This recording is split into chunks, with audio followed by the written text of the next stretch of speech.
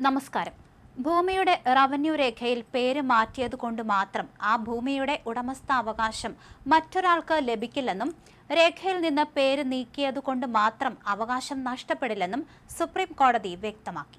ഭൂമിയുടെ ഉടമസ്ഥാവകാശം സംബന്ധിച്ച തർക്കത്തിൽ റവന്യൂ രേഖയിലെ പേര് മാത്രം നോക്കി തീരുമാനമെടുക്കാനാകില്ലെന്നും കോടതി പറഞ്ഞു.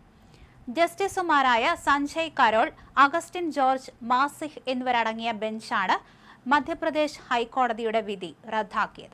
റവന്യൂ രേഖയിലെ പെരുമാറ്റത്തിന്റെ അടിസ്ഥാനത്തിൽ ഒരു സഹ ഉടമ തന്റെ ഭൂമിയിലെ അവകാശം സ്വമേധയാ ഉപേക്ഷിച്ചുവെന്നായിരുന്നു ഹൈക്കോടതിയുടെ നിലപാട്. ഈ സമീപനമാണ് സുപ്രീം കോടതി തിരുത്തിയത്. കേസ് എന്തായിരുന്നു എന്ന് നോക്കാം. ഭഗവാൻ സിംഗിന്റെ ഉടമസ്ഥതയിലുണ്ടായിരുന്ന കൃഷിഭൂമി അദ്ദേഹത്തിന്റെ മക്കളായ രാംപ്രസാദിനും വാസുദേവിനും ലഭിച്ചിരുന്നു. ആദ്യം റവന്യൂ രേഖയിൽ ഇരുവരുടെയും പേരുകളാണ് ഉണ്ടായിരുന്നത്. പിന്നീട് രേഖയിൽ വാസുദേവിന്റെയും മകന്റെയും പേരുകൾ മാത്രമായി. ഇതിനെ തുടർന്ന് രാംപ്രസാദിന്റെ നിയമപരമായ അവകാശികൾ കോടതിയെ സമീപിച്ചു. ഭൂമിയിൽ തങ്ങൾക്കും അവകാശമുണ്ടെന്നും ഭൂമി വിഭജിച്ച് തങ്ങളുടെ വിഹിതം ലഭിക്കണമെന്നായിരുന്നു അവരുടെ ആവശ്യം. എന്നാൽ എതിർകക്ഷി ഇതിനെ എതിർത്തു. രാംപ്രസാദ് സത്യവാങ്മൂലം നൽകിയെന്നും നായബ് തഹസിൽദാറിന് മുമ്പാകെ മൊഴി നൽകിയെന്നും അതിലൂടെ ഭൂമിയിലെ തന്റെ അവകാശം സ്വമേധയാ ഉപേക്ഷിച്ചുവെന്നായിരുന്നു അവരുടെ വാദം. റവന്യൂ രേഖയിലെ പേര് മാറ്റം മാത്രം മതിയാകില്ല. വിചാരണ കോടതിയും ആദ്യ അപ്പീൽ കോടതിയും രാംപ്രസാദിന്റെ അവകാശികൾക്ക് അനുകൂലമായിട്ടാണ് വിധിച്ചത്. എന്നാൽ മധ്യപ്രദേശ് ഹൈക്കോടതി ഈ വിധി മാറ്റി എതിർകക്ഷിക്ക് അനുകൂലമായി വിധിച്ചു. റവന്യൂ രേഖയിൽ പിന്നീട് മറ്റൊരാളുടെ പേര് വന്നത് ഉൾപ്പെടെയുള്ള കാര്യങ്ങളാണ് ഹൈക്കോടതി പരിഗണിച്ചത്. എന്നാൽ റവന്യൂ രേഖയിൽ ഒരാളുടെ പേര് വന്നതുകൊണ്ട് മാത്രം അയാൾ ഭൂമിയുടെ ഉടമയാകില്ല.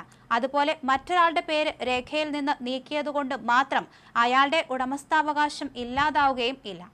ഒരു വ്യക്തി തന്റെ ഭൂമിയിലെ അവകാശം സ്വമേധയാ ഉപേക്ഷിച്ചുവെന്ന് പറയുന്നവർ അത് തെളിയിക്കാൻ ആവശ്യമായ നിയമപരമായ രേഖകളും മറ്റ് തെളിവുകളും ഹാജരാക്കണം.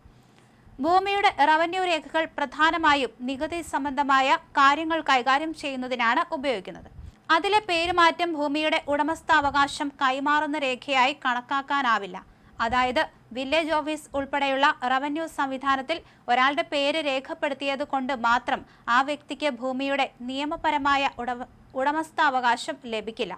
ഭൂമിയുടെ യഥാർത്ഥ ഉടമ ആരാണെന്ന തർക്കമുണ്ടായാൽ അതിന് മറ്റ് നിയമപരമായ രേഖകളും തെളിവുകളും പരിശോധിക്കേണ്ടി വരും.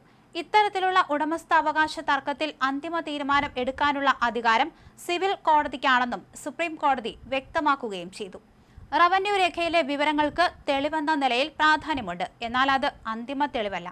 1959 മധ്യപ്രദേശ് ഭൂവരുമാന നിയമത്തിലെ 117 വകുപ്പ് പ്രകാരം റവന്യൂ രേഖയിലെ വിവരങ്ങൾക്ക് ശരിയാണെന്ന ഒരു പ്രാഥമിക അനുമാനം ലഭിക്കുന്നുണ്ട്. എന്നാൽ ഈ അനുമാനം മറ്റ് തെളിവുകൾ ഉപയോഗിച്ച് മറികടക്കാം.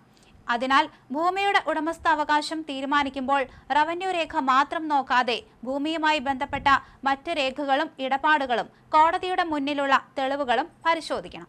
രാംപ്രസാദ് തന്റെ ഭൂമിയിലെ അവകാശം നിയമപരമായി ഉപേക്ഷിച്ചുവെന്ന് തെളിയിക്കുന്ന മതിയായ രേഖകൾ എതിർകക്ഷിക്ക് ഹാജരാക്കാൻ കഴിഞ്ഞില്ലെന്ന് സുപ്രീം കോടതി ചൂണ്ടിക്കാണിച്ചു. റവന്യൂ രേഖയിൽ പിന്നീട് മറ്റൊരാളുടെ പേര് വന്നതിന്റെ പേരിൽ മാത്രം രാംപ്രസാദ് തന്റെ അവകാശം ഉപേക്ഷിച്ചുവെന്ന് പറയാനാകില്ലെന്നും കോടതി വ്യക്തമാക്കി. ഇതോടെ സുപ്രീം കോടതി അപ്പീൽ അനുവദിക്കുകയും വിചാരണ കോടതിയുടെ വിധി പുനഃസ്ഥാപിക്കുകയും ചെയ്തു.